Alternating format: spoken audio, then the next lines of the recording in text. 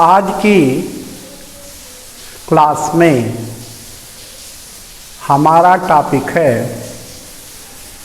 Physical and chemical change. Change का मतलब होता है बदलाव। जैसे अब ये चेंज शेप में भी हो सकता है, साइज में भी हो सकता है, वॉल्यूम में भी हो सकता है और फिजिकल स्टेट में भी हो सकता है। और एक मैटर से नया मैटर भी बन सकता है।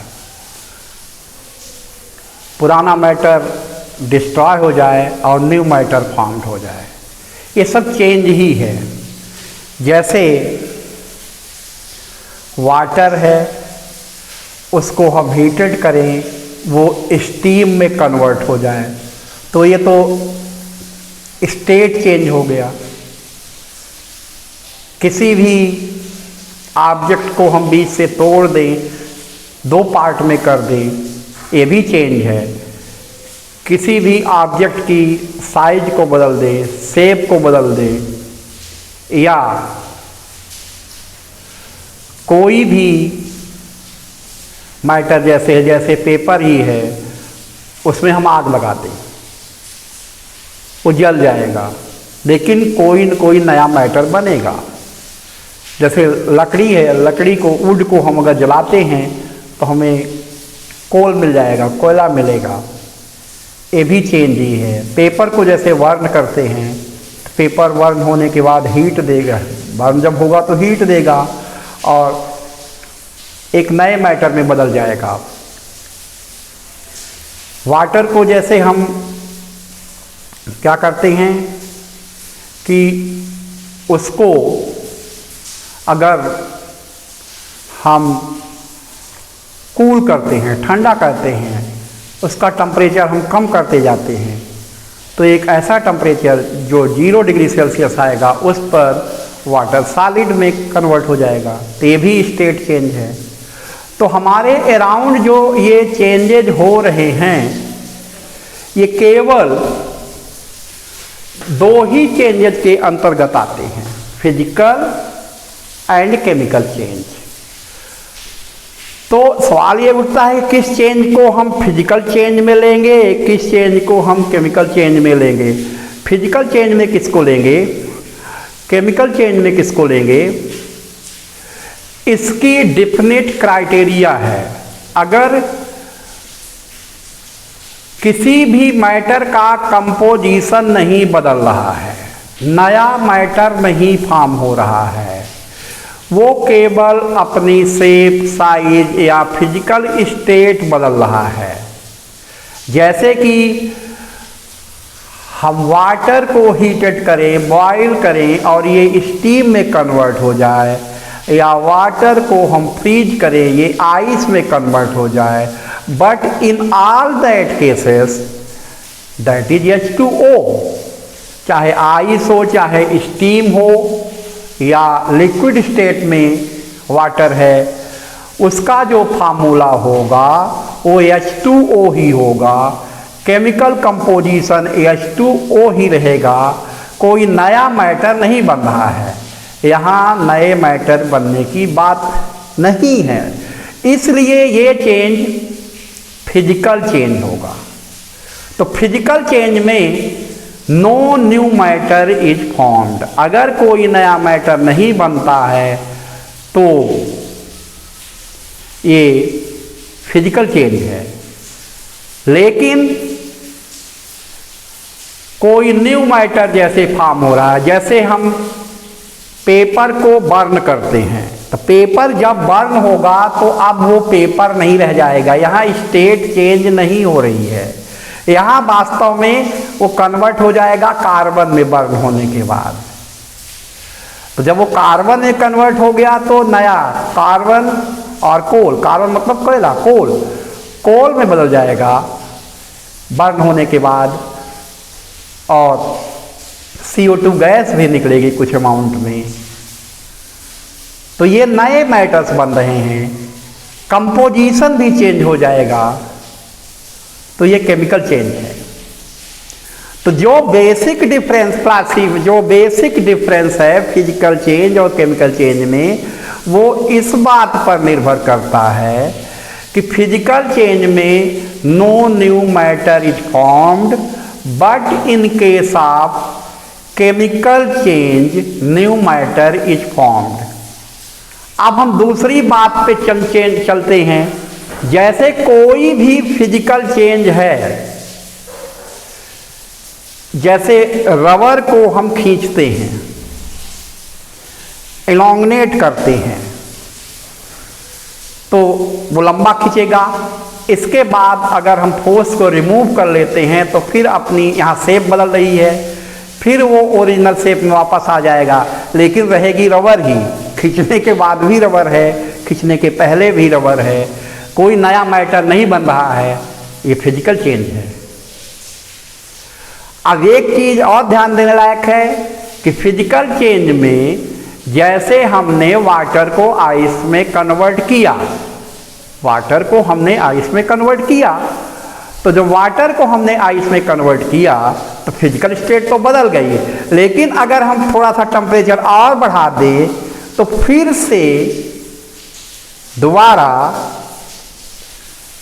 आइस वाटर में कन्वर्ट हो जाएगा। तो ये रिवर्सिबल हो गया। फिजिकल चेंज रिवर्सिबल है, मतलब एक बार बदलाव करने के बाद फिर उसको ओरिजिनल फॉर्म में हम वापस ला सकते हैं, फिर से वो अपनी ओरिजिनल फॉर्म में आ जाएगा। But in case of chemical change में ऐसा नहीं होगा। केमिकल चेंज में जैसे हमने एग्जांपल दिया था कि फास्फोरस को बर्न कर दिया, जला दिया फास्फोरस को, तो फास्फोरस पेंटाक्साइड में कन्वर्ट हो गया। अब फास्फोरस पेंटाक्साइड, अगर हमें कहें कि फास्फोरस पेंटाक्साइड को हम कूल करेंगे, पहले हमने गर्म किया था, आग लगा दी थी, अब उसको हम ठंडा करेंगे तो वो फिर से फास्फोरस मिल जाएगा। दैट इज नॉट पॉसिबल, क्योंकि पहले वो P था, अब वो P2O5 है, उसका कंपोजिशन बदल गया है। तो केमिकल चेंज इरिवर्सिबल होगा, फिजिकल चेंज रिवर्सिबल होगा। तो इसी बेस पे हम ये भी कह सकते हैं कि फिजिकल चेंज स्टेबल भी नहीं है, फिजिकल चेंज स्टेबल नहीं है, केमिकल चेंज स्टेबल है। क्योंकि केमिकल चेंज एक बार हो गया तो दोबारा वापस नहीं आएगा, वो नया मैटर ही बना रहेगा। जितने भी केमिकल रिएक्शंस होते हैं वो केमिकल चेंज के अंदर ही आएंगे। फिजिकल चेंज जैसे आयरन को हम फिजिकल चेंज या केमिकल चेंज को एक तरीके से और हम समझ सकते हैं, जैसे हमने आयरन रॉड है, उसको हमने बेंट करके दूसरी शेप दे दी, हमने शेप बदल दी, लेकिन वो आयरन ही है, लोहा ही है। भले ही उसकी शेप को हमने बदलकर उसको मोड़ दिया हो, लेकिन वो Fe है, उसके कंपोजिशन में कोई बदलाव नहीं हो रहा है। तो ये फिजिकल चेंज है।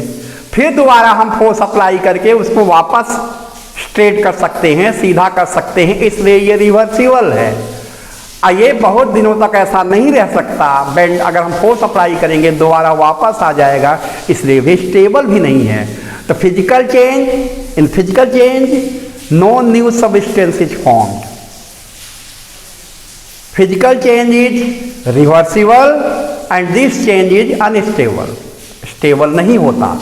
जब हम केमिकल चेंज की बात करते हैं तो अब आयरन का ही एग्जांपल हमने लिया, लेकिन आयरन को अगर हम एक्सपोज कर दें, बाहर खुला छोड़ दें, उस पर पानी बरस रहा है, रेनी सीजन में हम बाहर रख दें, तो कुछ समय बाद हम देखते हैं कि उसके टॉप लेयर पे रस्ट जमा हो जाएगी, उसकी रस्टिंग हो जाएगी। रस्टिंग होने पे आयरन का कन्वर्सन जो है, जो आयरन है टॉप लेयर का, वो फेरिक ऑक्साइड में बदल जाएगा, Fe2O3 XH2O,